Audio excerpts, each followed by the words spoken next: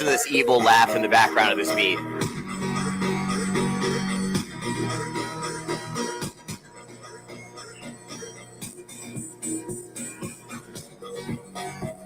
That's hard.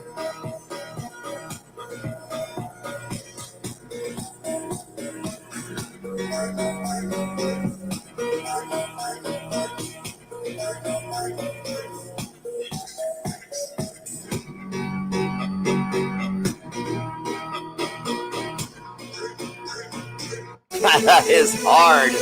I love that beat. What's up, everybody? Sorry, I ended up being out of town, coming back into town, and then being out of town, and then going back out of town. I'm serious. And then I came back into town and did it twice. It's nuts. But I'm here now for the nation and your sanity. Even if I lose mine, and for your sake, then let it be so. What? R8RBEAR! Woo! Let's go! Yo, you know I don't waver.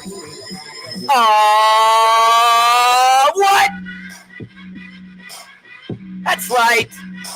It's that time again for the best damn opening, woo, in Facebook and YouTube live history. You know it's true, because it came out of my face. Often imitated, never duplicated. That fool with no hair, that shouts like Ric Flair. Woo! What? Woo! Woo! The R8RBEAR!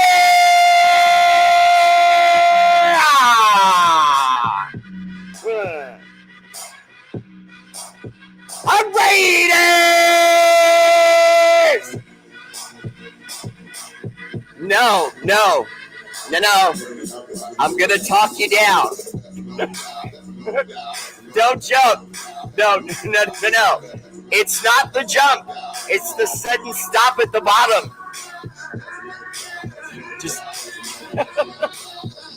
Just hang on. We are Raider Nation for life. All right, shut up. No, you too. All right, whoops, wait a minute. All right, this thing's going to be stupid as long as I leave it on, so I'm going to turn it off. So it's not stupid the whole time doing all this nonsense, because I'm getting notifications and whatchamacallits and whatever, and those other things, and, people inboxing me and asking me questions, and people, bitching about where have you been and all this other stuff. And Tradish! R8RBEAR, first comment, MVP tonight goes to... Oof! Oof! Essay! Woo! I even gave him a growl tonight. Big dog! Sup, man? Welcome to the show. Always there for R8RBEAR. What's cracking with me? No, brother. What's cracking with you? Always there for R8RBEAR. Appreciate you, our gold medalist tonight. Essay Big Dog sneaking in there and winning one. Second place, my silver medal goes to Mark, that 5-emoji making son of a gun, and your 2-belt wearing champion, Vargas. Mark, don't worry about this one. SA Big Dog just got frisky. You know how dogs are. Sometimes when you let them out the gate and they run out and they see that green grass in the sun, they lose their mind and they're just running all over the place. So he was bound to win a gold tonight. Third place, my bronze medal goes to one of my favorite names, Ramiro. Woo! Cash flow. I couldn't hold it much longer than that. Cash flow What's up, brother? Welcome to the show and your lovely wife, but not that dirty brother of yours who won't release one of the greatest nicknames in all of nicknamery. That's a word, nicknamery, in all of nicknamery. Honorable mention goes to my good friend, Lucky Pace. What's up, Luck? Welcome to the show. John the Lion Leon right there, 9025. What's up, brother? Welcome to the show. Now moving on to Facebook.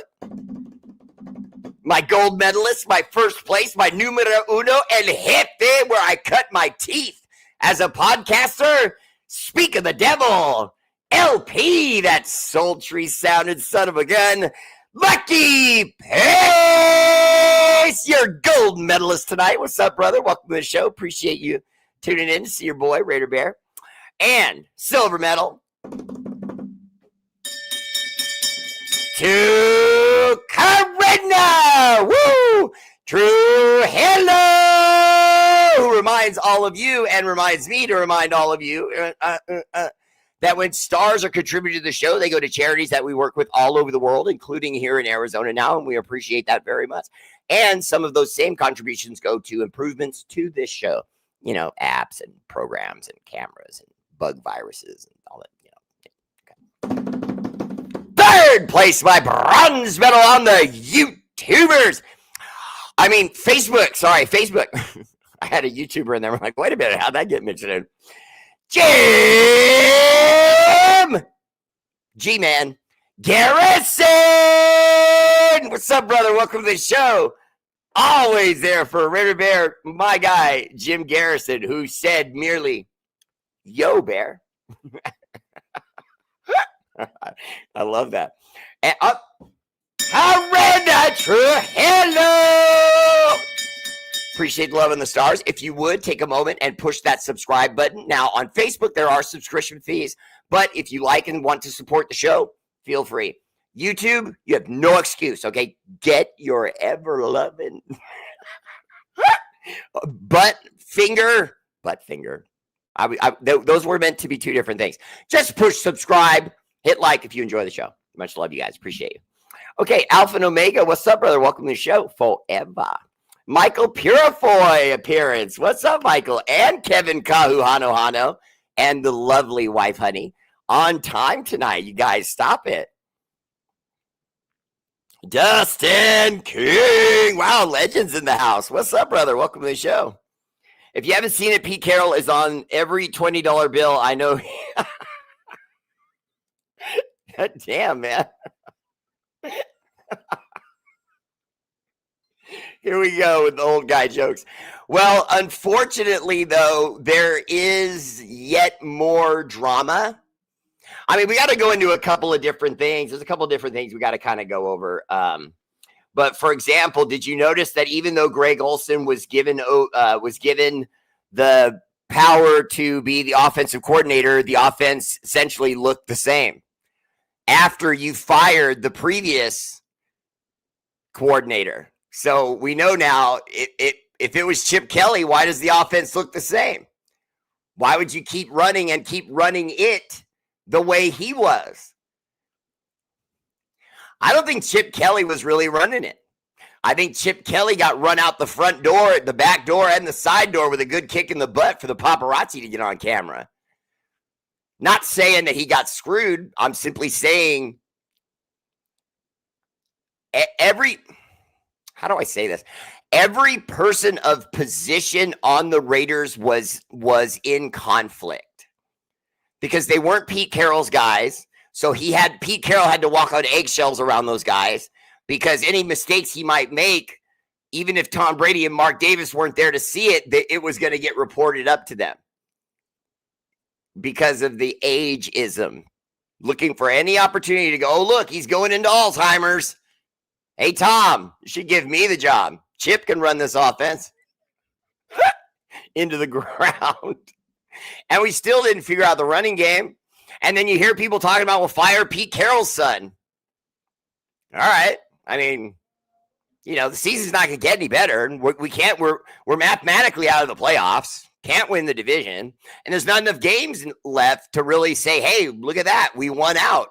Well, even if you won out the last remaining games, which we know we can't, But even if we did, I mean, you know, then most of us would start bitching about the fact that it would be messing up our draft position. Oh, God. There are some good things to mention about what we saw. Oh, Kevin, okay. Kevin, look in my Raider Bear family store. I think it's there. If it's not, if you see one of the other bold colors like this, like yellow or the lime green, just click on one of those, and then usually it offers the other colors underneath it. If it doesn't, let me know. Then I'll see if I can find a link for it, and I'll hook you up.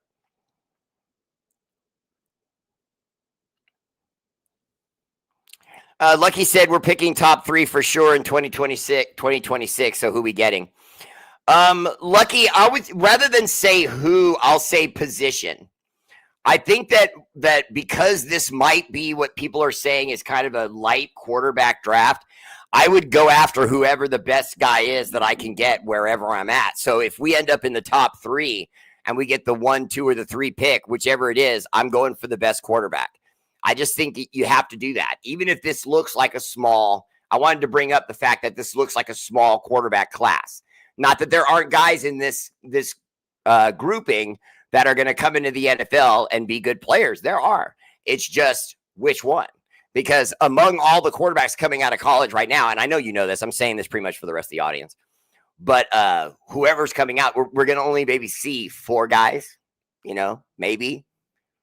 And of those 4 to 6 guys, maybe 3 of them will be the one that really blossoms and come to fruition. And probably only 1, maybe 2 will be actual guys that can, they bring intangibles. They can catch the snap, roll right, roll left, avoid pressure, throw a zinger, you know, and be accurate and run and slide every once in a while, you know, that kind of thing. Smart quarterback that can control the game. Chris Strong, what's up, brother? Welcome to the show. Get rid of Brandon. Get a new O-line coach and draft heavy on the O-line for 2026. Draft no quarterbacks worth drafting in the 2026 draft. Well, Kevin, I'm not saying that they're worth it. I'm just simply saying that you need to draft someone. You need to draft someone. You can't keep missing. And besides, what if we go out there, make a shot at a guy, and he ends up being a guy that can become a guy? You know what I'm saying, my guy? I needed one more, my guy. What's up? How are you? My 34th birthday was on Saturday. Raider Nation. Jeremy McCary, happy birthday to you. That's all you get. That's all you get. That myth about all black people can sing is not true. I am walking proof of that. I cannot. Miss Anna Diaz Rincon in the house. I miss you more, Anna. Thank you for being on the show. My first subscriber ever. Rodney Fuller, what's up, Bear? Hope you and the family had a great turkey day. Right back at you, Rodney Fuller. I appreciate that a lot. Steven Shaw and Mrs. Shaw. Welcome to the show. Joe Holman, what's up, man? That's all right. You got tied up. No big deal. Was she cute, though? My mind, it's in a dark place right now because of Mama Bear. No, it's not the Raiders. I don't care. Look, I'm going to help you guys out right now. I don't care that the Raiders are losing. I don't care. Guys, there's always bad teams. You know what I mean? Try to remember, there's teams that, you know, they go way back. They've got all these Super Bowls, and then now they're just sort of hemming and hawing through their thing. You've seen the Niners. They've been good for the last, 4 or 5 seasons? What's it gotten them? You know what I mean? I want a championship. I don't care about being a mid-card team. I don't care about being an elite team that wins a bunch of games just to get there and lose. No. I want to see a solid football team that can run, play defense, throw the ball when it needs to, have a smart quarterback, an offense that works, and a coach with sense not to go for it on 4th and 3 on his own side of the field, Mr. Carroll. Early in a game, early in the season. Don't do that. Happy birthday, Kevin. Happy birthday to you. What's up, brother? Right on. One more trip around the world. Yeah, I just had mine on the 7th. Oh, my crazy squirrel's in the house. What's up, Will? Ah, look at your beautiful daughter. She's such a cutie. John, I don't know about start all rookies. I think you should mix them in and out and see what we have. I think it's time to kind of backpedal on the season and kind of treat this almost like how you would treat preseason games, where you're just mixing guys in and out. Who's going to come in and give me energy? There was a lot of false energy out there. For example, our middle linebacker, White came in second on the team in tackles, which sounds good. Jeremy Chin led the team in tackles. White was second at linebacker. That sounds good. But in reality, he had a few whiffs too. One of them went for 30 some odd yards. And so I'm not saying that White's not a good player. I'm just saying there's some good numbers that come out of that game and some ones that are alarming. You know, White was trying to make up for things, but to have that many misses with as much experience as he has makes me think maybe he's starting to get, old right before our eyes. But remember, that's part of the Raiders' legacy. We bring in guys that, are on their last legs, maybe only have a year or two left, and we see what they've got, and we're doing that with him, I think. Dem Smoke, what's up, man? Welcome to the show. Let Spytech cook with his couches. At his point, I'm getting rid of Talasco and AP. JJ Watkins, what's up, man? Welcome to the show. Yeah, I've been on semi-vacay. Edgar Lucky De Leon said, we are a complete shit show. It's very disappointing. Now, Edgar Lucky De Leon, the game against the Broncos, we already knew we were having a bad year. We already knew things looked shaky. But when I saw I love you right back, Kevin. But when I saw what happened with us against the Broncos, that's when I knew that the house was on fire. Because the Broncos aren't bad. They're the Jets. They're that bad. They're bad. I mean, and they just kept giving us opportunity after opportunity after opportunity to win that game, and we kept giving it back. I know we are that bad. So I don't know about starting rookies all the time, but at the same time, it's time to start looking at the draft aggressively. It's time to start looking at this coaching staff. For example, we keep hearing people saying, well, Pete, you better turn it around for next year. I don't know if Pete's going to be here next year. I really don't. I think that Tom will use this as an excuse to just wipe the slate clean. And in part, I kind of like it, even though I like Pete Carroll. He had his opportunity, and it didn't fail. It failed gloriously. We have 2 wins in what is now an extended season that's a year longer than what we've ever had before. And we have 2 wins. That's not bad. It's horrendous. That's not bad. It's gigantically horrible. So, I don't care what. Pete Carroll's probably forgotten more football than a lot of people will ever know. But he still needs to be fired. You can't come in, talk about I'm a 10-win guy every year, and then do this. I agree. Quarterback at 1, and then hope we trade up into the first again and get O-line help. Well, we need to work on both, and both in free agency. We should take a kid out of school that's real nice. We should look at offensive line after that, and then we should look at both those positions at free agency and create real competition, and then get Geno out of here. And as far as Cam Miller, if you want to keep him, okay. But he's going to have to fit in and try to win a job, whether it's at 2 or 3 or 1. I don't care, but he's got to be made to work. We can't have a team anymore where we bring on guys and then everyone's supposed to feel comfy in their seat. We're not going to the movies. This isn't night camp, okay, where they play Star Wars and we all sit on bales of hay. Gave you a visual there, be honest. That was pretty cool when we were kids, when you go camping. But that can't be the way. It's got to feel like the next guy's about to take your job. It's got to.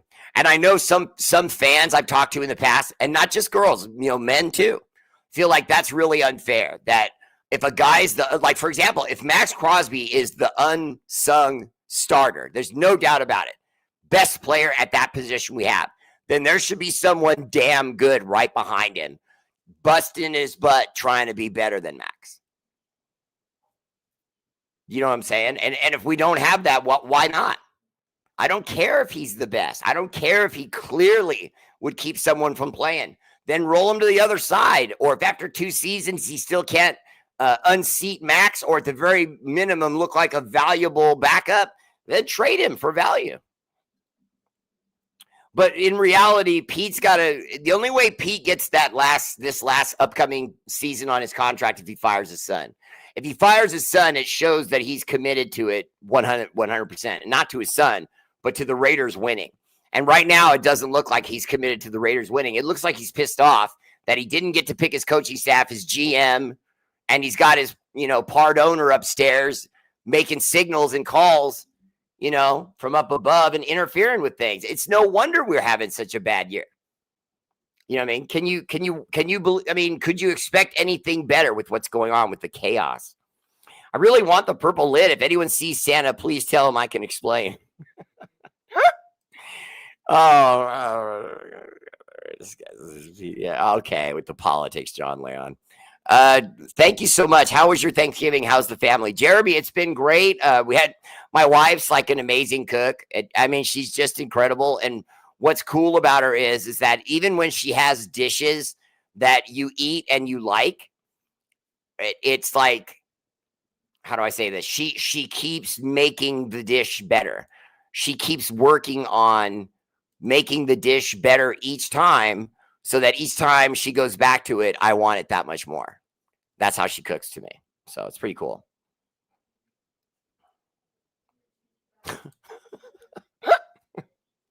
Nisi Tweet Thomas, what's up, love? Welcome to the show.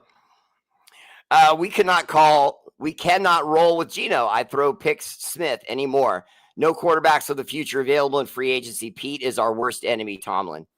Well, at this point, even when Jameis Winston's name came up and we didn't pull the trigger, that showed a sign to me that there's too much internal strife going on at the Raiders for anyone to stick their head out and say, hey, we should do this, because they feel like it's on a guillotine. You know what I mean? And I don't think there's any way that the team is going to be better until Tommy and Mark get off their bunk beds and come to a framed idea where both of them select a coach that they both like, that they can get out of the way of, and let him put his team together. And enough with Spytech. If you bring in a new head coach, you can't keep the same GM just because you like the guy. The coach may not agree with his philosophies. And then what is he going to do? Say that while his boss hears him saying that about his pet GM? The pet GM goes up to see Tom and finds out that their new coach from Iowa or wherever we get him from says, I don't like how you strategize the draft. I don't like, your priorities at which position to draft from in which round. I don't like it. It's true. He should be able to have his own guy. Alpha and Omega, appreciate the love. There was some twit on here a moment ago. He was telling me it doesn't fit my head and whatnot. I'm like, what are you talking about? I like to wear my hats low. I know some people that have it like, they'll have it like way up here on their forehead and whatnot. Ooh, my eyebrows. But they'll have it way up here on their forehead and all this stuff. And I don't like that. I think that looks silly. I pull mine down. I get the eyelids out. I like to be able to see the eyes. You know what I mean? Dave Stewart style. Come on, that's pretty cool. Dave Stewart reference. Who remembers Stewie? He used to always do that. He had those glaring eyes, and he would just barely let them come out. And all you could see was his mitt, his hat, and his eyes just burning into the catcher's mitt, looking at those hitters like the Grim Reaper. I used to love it. Go Redneck! Hello! I still say if Carr didn't go down in 2016, we would have taken it with the talent we had. Yeah, but at the same time, the Carr experiment was a massive failure when you really think about it. We gave him the job. He earned it. You know what I mean? He flashed and looked great, but then you got 9 years and, he could never grab games and make things happen. He kept acting as though he didn't have enough definitive weapons. Well, there's no team that has all the weapons they want. You still got to pull the trigger, and he just wouldn't do it. He would say literally, on camera repeatedly. I'm not going to mess up my completion percentage throwing at a guy that's double covered. Well, you do throw it if he's outrunning those two guys, and if you lead him to the ball, maybe he outruns them to the ball. Would never throw that kind of throw. So I don't agree with that about Derek. Why did the Raiders not sign Thayer Munford? I don't know, and I love Thayer Munford. I don't understand that at all. I think that might have been an explosion on the roster, because I know we have interviews on camera where Thayer Munford said, "I'm rolling. I'm blocking everyone. I feel great. I think I'm going to be a real player on this team." And then he just disappeared.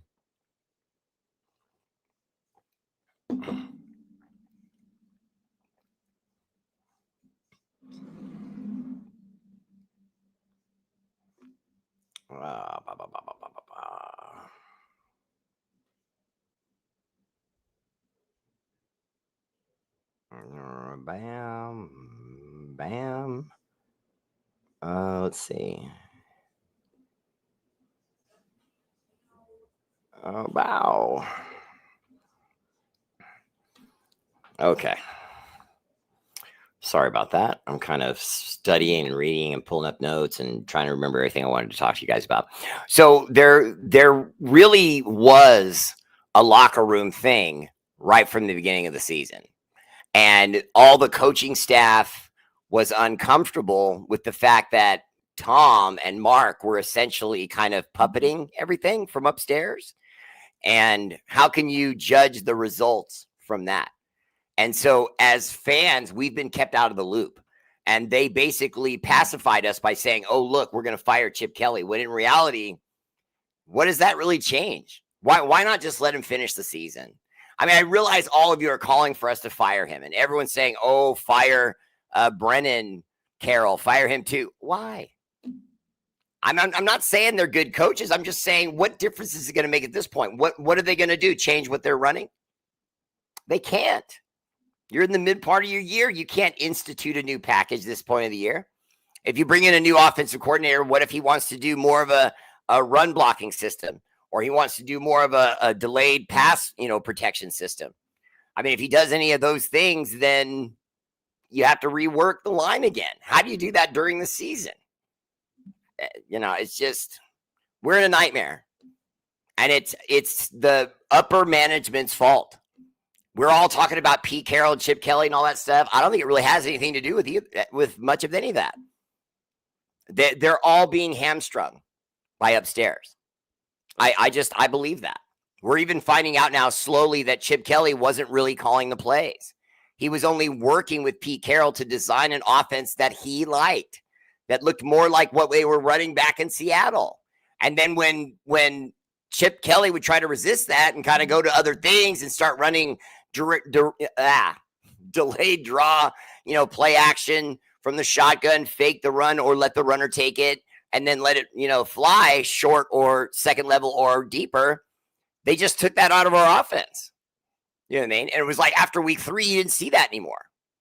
And I'm not saying that's the change on the season, but it's damn for sure messed with your offense. You know what I mean? But at this point, they'll do some sort of, whitewashing of it all by getting rid of Pete Carroll probably at the end of the year. And it's not really on Pete. It is and it isn't. Joe Holman, it's officially Christmas season. You look great, man. I changed up my profile pic and put on my naughty hat. Have you seen the quarterback from Penn State, Drew Allar? I don't think he's a world shaker. Yeah, not the biggest arm, but I think he's going to be okay. I hate saying this, but I don't think they're going to try to win another game, and I don't think they should. Brother, that picture is fantastic. I do understand who you're talking about, the kid at Penn State, and I agree. Does not the most dynamic guy, but a leader. You know what I mean? I could see that. I was asked a minute ago, who was that? Jeremy McCrary asked me, who is the best quarterback in the 2026 draft that we can draft or that we should draft? Now, who the best is always debatable. And we need to see more I personally need to see more leading up to the draft before I can really sit down on one guy. But I'll give you this. Because I do have a list of guys. I'm looking at it now. And they're just guys that I've already kind of picked as guys that I would like to see potentially get the job.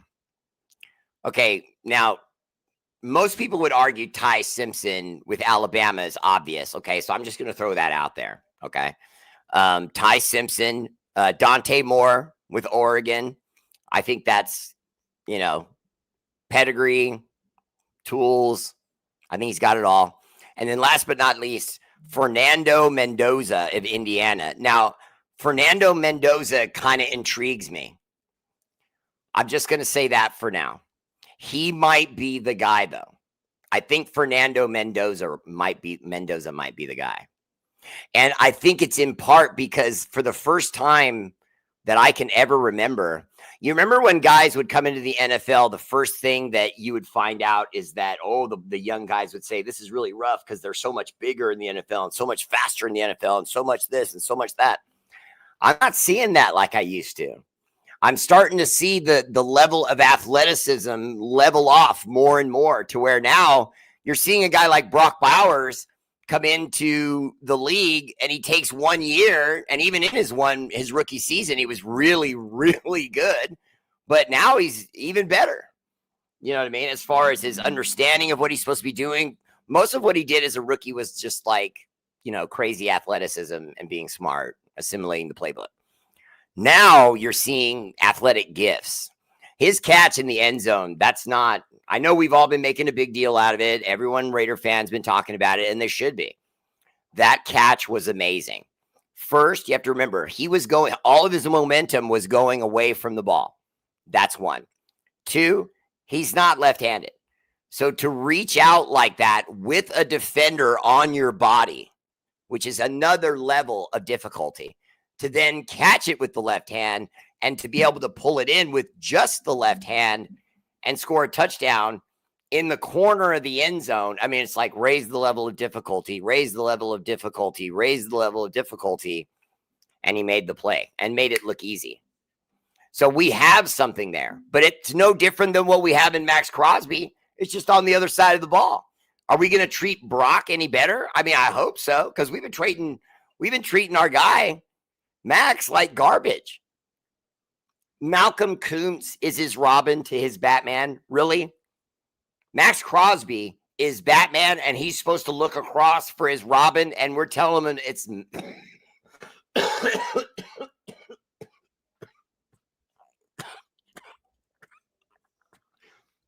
I'm like choking myself. I'm getting so mad. Malcolm Kuntz? Stop it. All the way across from the land of whiskey and crumpets, my guy, Kenny Blair. One time for Kenny Blair. Gonna get my pinky out, get my tea. I'll slurp it just for you. No, I'm not gonna do that.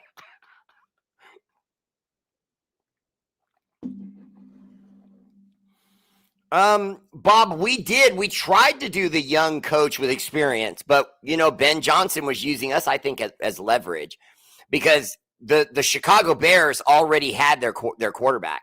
So to go there and work with that young guy, in my opinion, probably made more sense than coming to us when we didn't have our guy yet. Yeah, Edgar Lucky De Leon, the catch was amazing.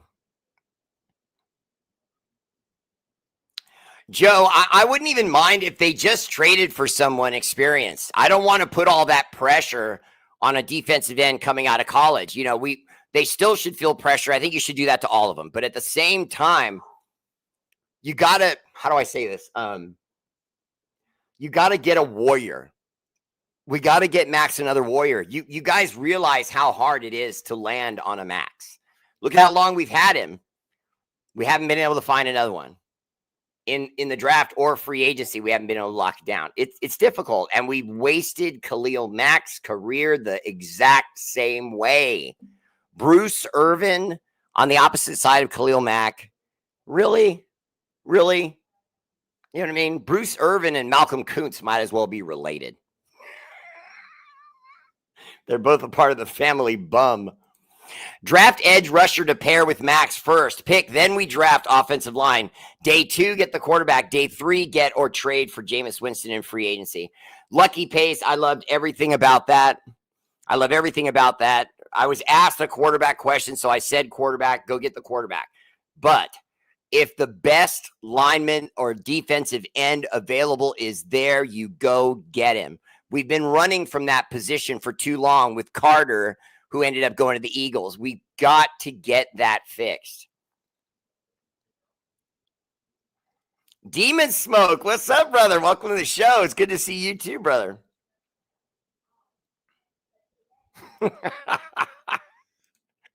Dale Thackerson, what does Gino have on Pete that he's ready to lose his job over it? Well, no, Dale, it's not that. It's just his best chance is Gino. It really is, guys. I realize that sounds crazy because all of the bad play and the bad throws, but to bring in another guy this late in the year and say, try to win 5 games for us, it's not going to happen. If we had done it when I said on the bye, then we might have been all right. But we didn't. We didn't make moves on the bye. When we made no move on the bye to improve that situation, I knew our season was over. That was it. The reaction coming out of the bye was going to tell you the kind of team we are and the ideas that management had. Does the management want to tank at this point? Do they want to rearrange the roster, light a fire under the coaches, go hard into free agency and try to win, more than we lose the rest of the way down, win 4, lose 1 or 2. And we did nothing, next to nothing. And that told me right there, we're not serious right now, at least not for this season. It seems like all we do is run Ginty into a brick wall the whole game. Why don't these idiot coaches throw in Mostert and some other running backs here and there, mix it up a little? It's so frustrating to watch. What's even more frustrating, Jim, and great comment, welcome to the show again, is that it's bothering Ginty too, because he knows he has skills. He knows he can do this for us, but our offense has to work with him. You know what I mean? He's not Walter Payton. You know what I mean? Bo Jackson ain't walking through that door. He ain't Marshawn Lynch, but is he good? Yes, he's real good. If we can just get him going. But that's on us too. The offensive line, the actual play calling, and then the execution of that play has got to be tight. And I'm sorry, there's just times where Brock Bowers, no matter how brilliant he may be, he really has brain farts. I swear to you. I know we're all in love with him right now because he made that left-handed catch, but I do not fall in love. I don't do that. Okay? I fall in like. So I don't get carried away by that stuff, and I can still see things objectively, like my guy, Lucky Pace, who I tell clearly is like that too. But they're just plays where he's supposed to block on a play, and they'll snap the ball, and he'll start shuffling his feet like he's going to run a route, and then turn to look for the guy he's supposed to block, and that guy's running by him because he hesitated, pretending he's going to run a route. I understand he may have been trying to sell the play, but the defender wasn't buying, and you got to be there, eyes on him. So if he tries to blow by, you get your shoulder out and get that guy. And instead, he was letting his man blow up plays. And so it's not all on Ashton Ginty. I'm tired of everybody getting on Ashton Ginty. At first, when the season started and things weren't getting started well for him, you could have argued that it was him. But at the same time, now that we've seen the evidence that the offensive line is consistently bad, the play calling has been consistently bad, how is he supposed to overcome those two things? Not only that, the protections and the call-outs that are a part of the blocking scheme to help him has collapsed. Did you see Jeremy Parham out there? Maybe I'm saying the wrong first name. Dylan Parham out. I said Jeremy. Dylan Parham. He was bad. I don't know what's going on with him. Maybe he's gotten old before our eyes because he's always been fairly solid for us. Not a superstar, but good. Even when we mixed him around, he was always serviceable to very good at minimum. This season, and I'm not just talking about this last game, I'm talking about this season. That's been good. He's given up more pressures and sacks than he's been in total games. I'm not good. He's given up a lot of pressures. It's unlike him, but he is. For the first time, it looks like he's slipping. And that we may need to make a move with him. Just let him go and put someone else in that position. Because Dylan Parham ain't it. And I hate saying that because I'm talking about Malcolm Kuntz, gotta go. Tyree Wilson, gotta go. Dylan Parham, out. You know what I mean? They gotta go. They gotta go. Because it's not happening. It's just not happening with them. Obviously, I don't even want to talk about Brock Bowers. His yards, his numbers, everything was great. It was very impressive. Jeremy Chin was really good. I want to remind everybody about that. He had a team high 17 tackles. He had a Pro Football Focus rating of 87%, which is fantastic. And he was 90.9. I want to make sure I'm saying that right. Make sure. Yeah, 90.9 against the run. So, I mean, you had something going there, and then Lonnie Johnson comes back, gets healthy, and has 20 total tackles, but missed 3. Okay, he only participated in 36 snaps out of 67 total. He's only played in 4 games. So I'm kind of done with Lonnie Johnson Jr. That needs to be done with. And one of the only bright spots that was coming out on the offensive line was the snaps Caleb Rogers was getting. He got only a Pro Football Focus of 51.7, which obviously isn't great, but against what he was working with, it's pretty good. And that's pressures and earned pass blocking grades all coming together to give him a 51.7. And then he had a decent show in his run offense at 68.7. So that's a pretty big jump, improvement from 51.7 with his pass blocking to 68.7 with his run blocking. I thought that was a good sight. And then, of course, I brought up already the part with Devin White. I mean, I just couldn't believe how bad Devin White played there. But it's like it's hit or miss with him, too. He's had a pretty good season overall, but that was not a good game for him. Again, like I said, he was second on the team in tackles, but he missed quite a few. 4 missed tackles, and one of the ones was a 30-yard touchdown. So that was tough. The Raiders' ground game looked more of the same. Rookie running back Ashton Jeanty had 15 carries for 31 yards and averaged 2.1 yards per attempt. His longest carry was a 9-yard gain in the second half. Pete V24. I mean, I know you already heard me say it because I'm getting the questions kind of behind. I'm saying things and then I go to the questions, and sometimes the questions are things I've already covered. But yeah, Ashton Jeanty's getting screwed around, and it's no different. The players are the ones that make the results, but they have to have solid coaching and a solid front office that's putting together the right guys to create the chemistry to then learn the game, improve, and win rings. That's the game. Everything else is irrelevant.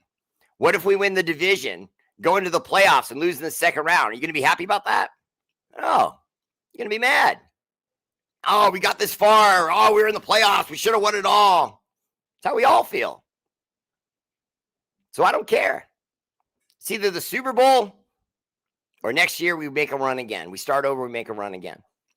And you can say start over, even if you keep the same coaching staff and the same players, same quarterback, all that stuff, because every single year you've got to make adjustments. Even if you see the roster not change at all, the playbook changes, it upgrades, the play calls change. Now the new players you bring on and the old players have to come back and learn new cadences, learn new calls. And you have to do that, whether you want to or not. Because if you don't, smart defensive teams that know how to film study will see what you're calling, see what you're doing. They have audio and video. 12, 11, dragon right. And then they hear you say that, and then they find out it's a toss with a tight end blocking on that side after he motions from the left. Okay, well, let's see. They call that dragon play, guy motions to the left. Now they know what you're running. And so they got to go through the whole season of fixing that. Jacobs was a real workhorse. He really was. But our line was better for him. It was. Kevin, I do think that Mark needs to sell the team. I think that he hurts us because he's trying to figure this out, and I don't think he's a smart enough man to do that. And so what he does is he gets involved because he thinks he's like his dad, And then he fails. Can I keep going? No. and then he says, you know what? I'm going to go get Tom Kendall Brady, put him in charge, and I'm just going to step back and watch the winning. How's that going for you? Turtleneck? Dating 20-year-olds or pretending to? Yeah, it turned out that blonde that was sitting next to him has a fiance and a baby. What are you doing, Mark? Now you're chasing other guys, young girls? Aren't you rich?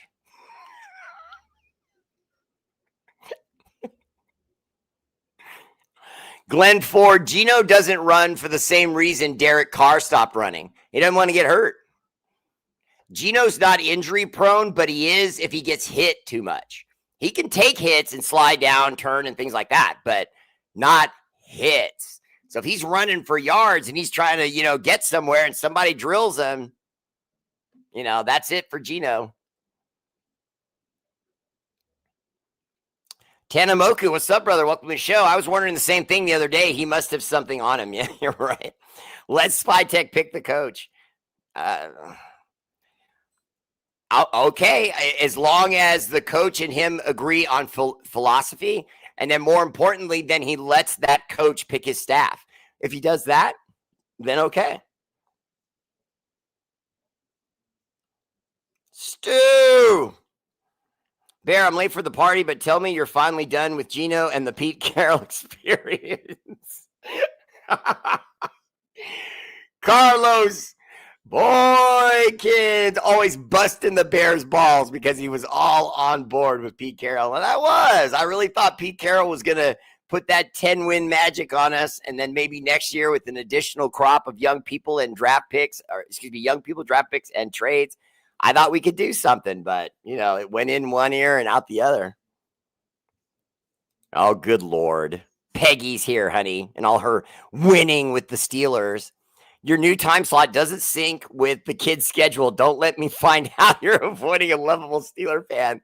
Never, love, never. What's up, Tim? Welcome to the show. Hi, Mama Bear. Hello. What's up? I just wanted to come say hi. I want to say hi to everybody. There you go. I've got I know, I'm coming. I got a few more minutes. I got to keep throwing this knowledge at him for a few more minutes. More of this education in proper English. And then we're going to know about everything you have to know about the Raiders, even if it's depressing.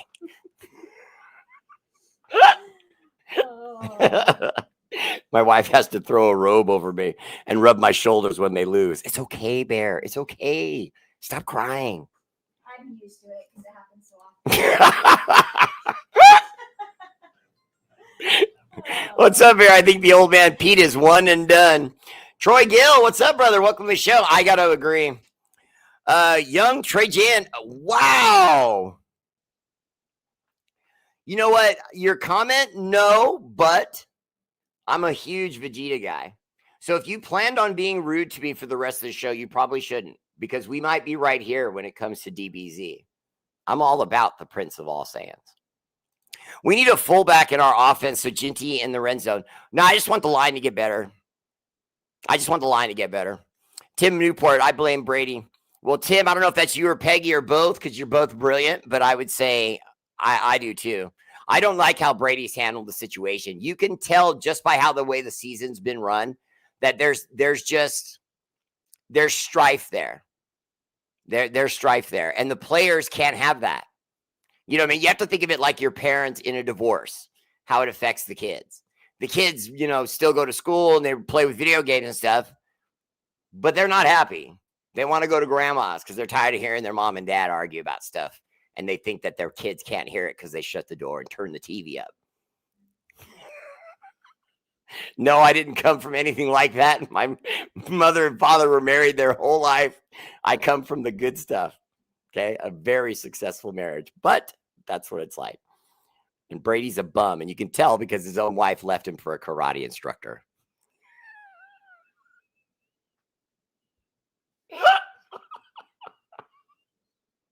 I'm sorry.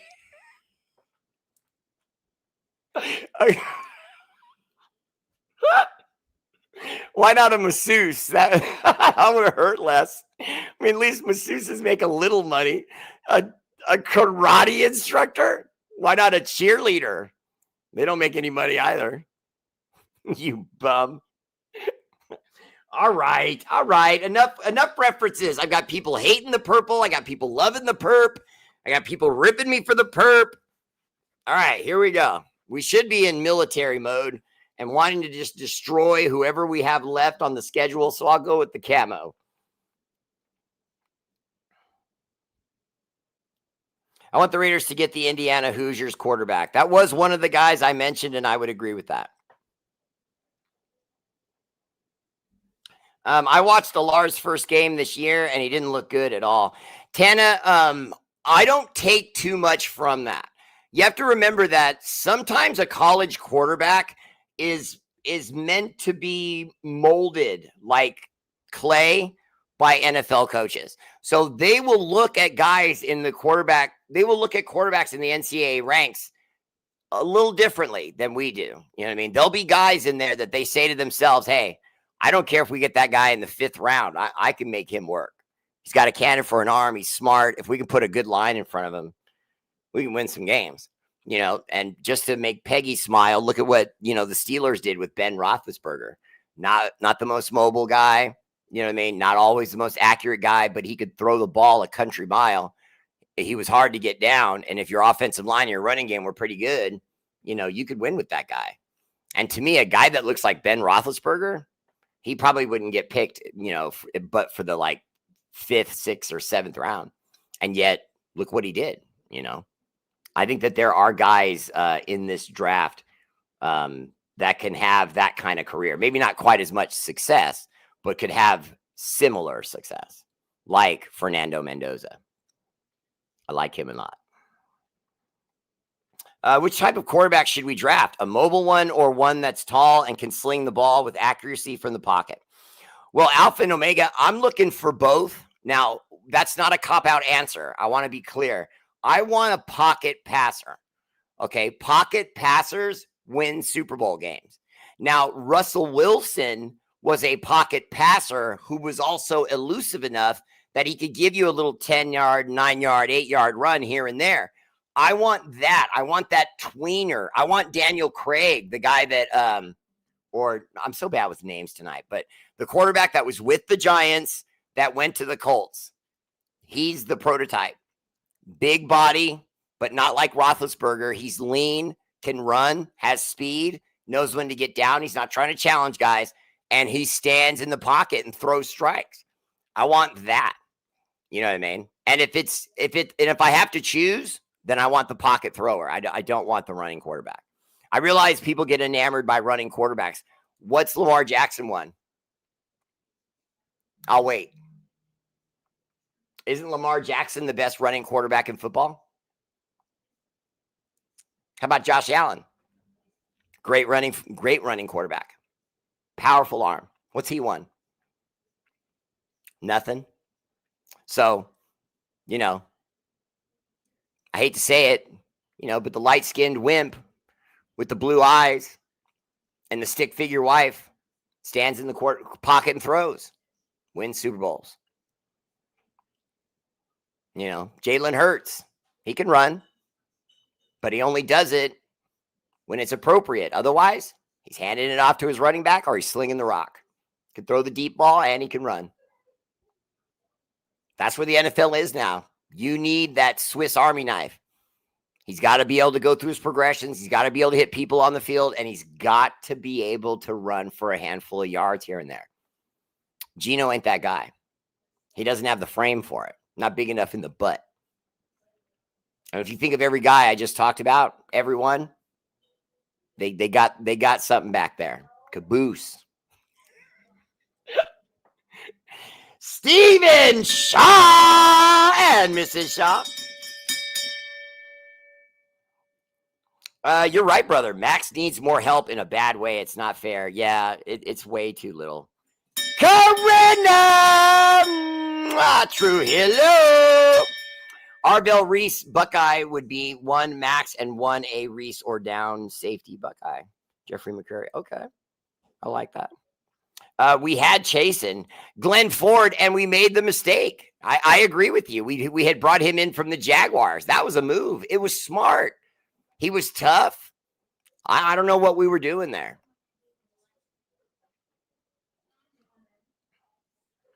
We have Stryker out on a DN the last few drafts besides Max. I don't know the reason for it, but from week 3 or 4, I've smelled sabotage from that panty waist Brady. I completely agree. I don't think he ever wanted Pete Carroll. I think he settled on him. That's it. And then blew up his chances of even being there for the second half of his contract.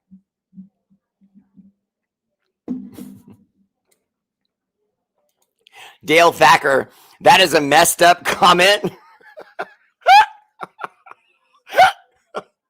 And completely accurate. It's hard to be a Raider fan, but my Queen Angela keeps me going. Can you give her a Raiders for me? Angela, we need our Raiderettes to keep our men in line. Got to give them that spirit, just like Mama Bear does for me. You keep kicking Edgard in the butt. Our Raiders! That one for Angela. I hope Kermit Mahomes and the Chiefs miss the playoffs. They may. I'm sorry, I'm like 8 beers in. I really want to say, still love you too, Kevin. Anthony Ross Hanson, what's up, man? Welcome to the show. Drake May is turning out to be pretty good. Pete Almeida, yes. Yeah, Pete Carroll's gone. And if he's not, that's another sign that we're not serious.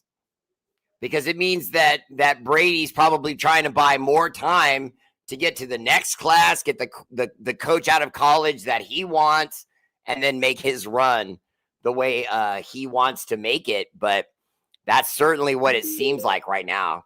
He wants to make a run, but he wants to do it his way. Old Tomo Brado. All right, that's my show. Much love. Shout out to our armed forces. Army, Navy, Air Force, Marines, National Guard, Space Force. For all you do, the energy and love of this show is dedicated to your sacrifice, active and veteran. Much love. And on a further note that has nothing to do with football, everyone's heard about a Poseidon missile that the Russians have? That's a farce. Our subs would pick it up on radar and knock it down, and then they would get their asses kicked.